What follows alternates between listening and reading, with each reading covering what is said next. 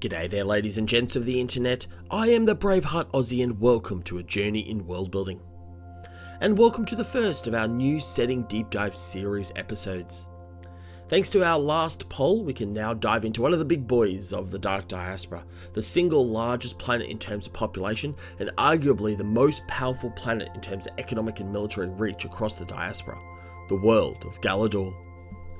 As we do with all the setting deep dive videos, the first episode is going to be looking at some of the key facts and technical attributes of the world, after which we'll switch our focus and attention over to economy and society, and then finally to the terrors of the world.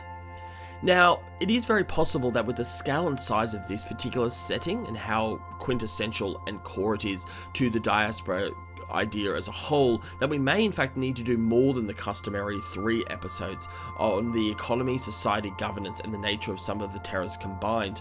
Together, the subject matter across those topics, it may cover 3 or 4 episodes by themselves, so we're going to play it a little bit by ear.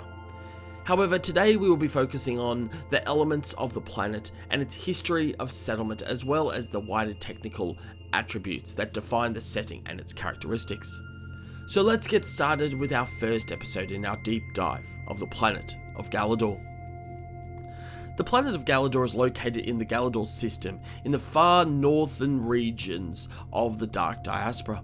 Its distance from Old Sol and its comparatively minor habitability score meant that while it was included in the Primer Codex, it was then subject to full-scale scattering colonization until the 4th round. This, however, saved the colonization efforts from the impacts of the malady, as by the time that the 4th wave occurred, the fog mixture, at least at a preliminary or crude form, had been created and was sufficient to minimizing instances of malady, mind sickness, and degeneration.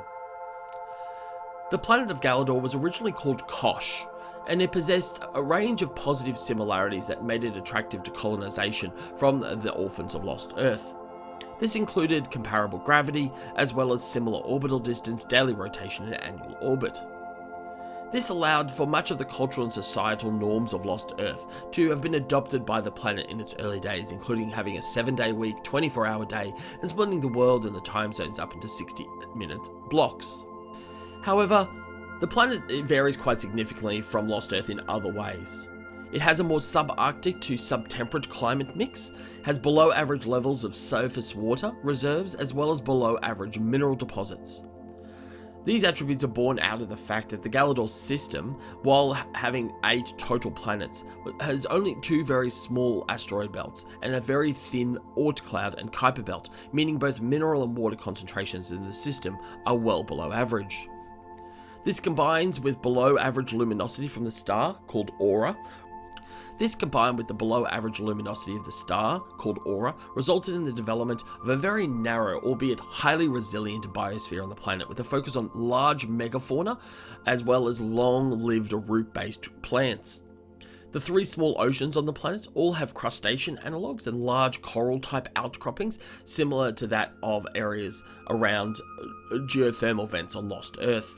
There is limited, however, other types of vegetation, with only several species of trees, analogues, as well as some very leathery style kelp-based plants in the subaquatic environments. The low temperature of the planet means habitability is generally limited to the 30 degrees north and south of the equator, though only the areas around 15 degrees north and south of the equator can be regarded as comfortable outside of winter months. This has resulted in a high concentration of urban activity around the equatorial zone of the planet, but even here temperatures remain very low, with midsummer peaks being in the high teens Celsius, while average temperatures year-round are only a couple of degrees above freezing. The subarctic temperature on the planet, along with above average tectonic activity and below average agricultural production and mineral availability, had the effect of significantly slowing the early development of the planet's settlement over time. This supported the development of a culture focused on resilience, long-term survival, seasonal survival and reductions in annual volatility, personal stoicism, and above all, individual and societal strength, power, and dominance. This was born out of, in part, from conflicts in the early days with pervasive megafauna species, as well as the need to have significant urban structures to enable efficient heating and accommodation. While the original planet of designation of Kosh deemed that its atmosphere and overall habitability was positive, albeit minor, this habitability slowly degraded over time due to the push towards industrialization of the planet to meet the needs of the growing population size. However, the atmosphere of the planet took on a more poisonous element after what is referred to as the Depletion Catastrophe almost 350 years ago.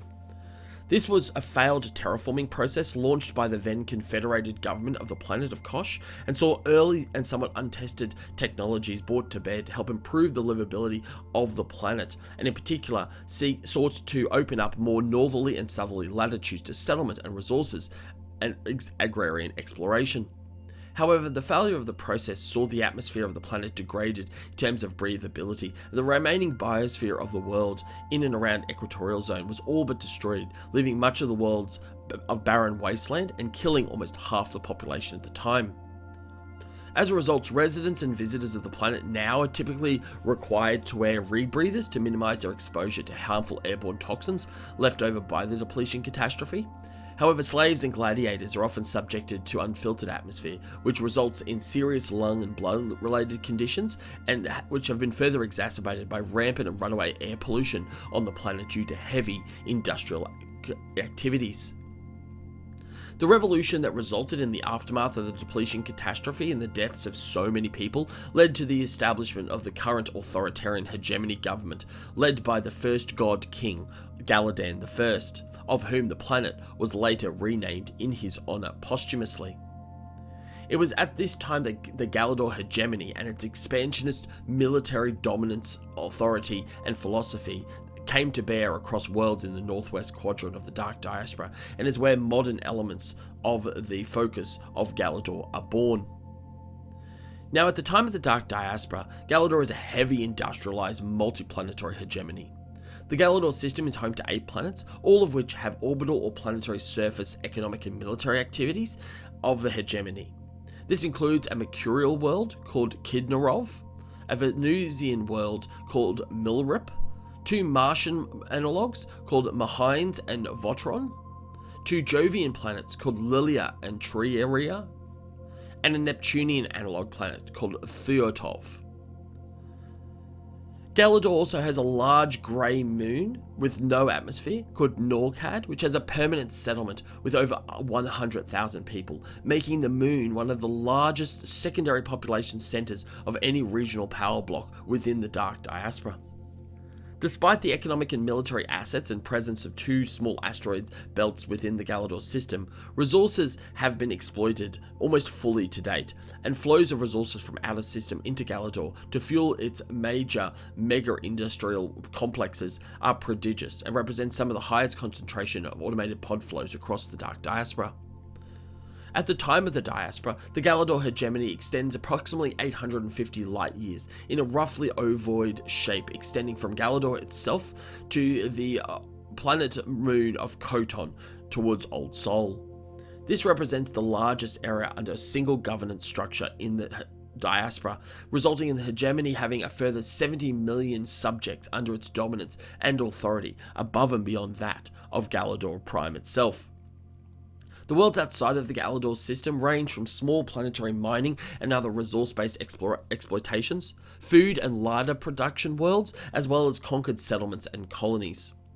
There's also a thrall world in which all residents born on the planet are born into multi-generational perpetual indentured servitude that can only be fulfilled and gain their release in service to Galadur hegemony and its allies.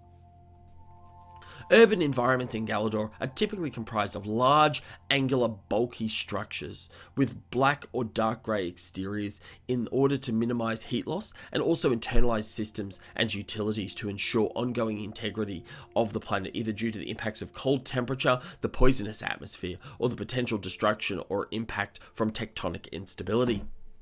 All buildings have large smokestacks on top of their roofs and sometimes emerging from the sides of the structures to vent out toxic atmospheres, while they also have incredibly large vent fans at the midpoint of the buildings which suck in the atmosphere from the outside for processing and treatment for people living within the megastructures.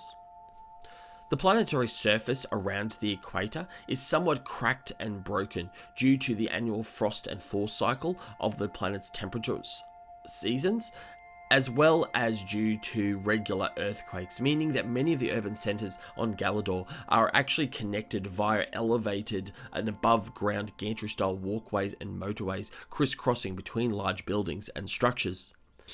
In fact, the only urban centre of note that is based principally on the surface of the world is that of the capital of Galadur Prime, which is built around the throne room and the principal palace of the God King of Galadur Hegemony.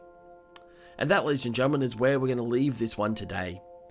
It's very unusual for us to do a technical and key facts video for a setting that goes for more than 10 minutes, and I think that shows just how much we have to unpack as part of this setting, which I'm really excited to get into.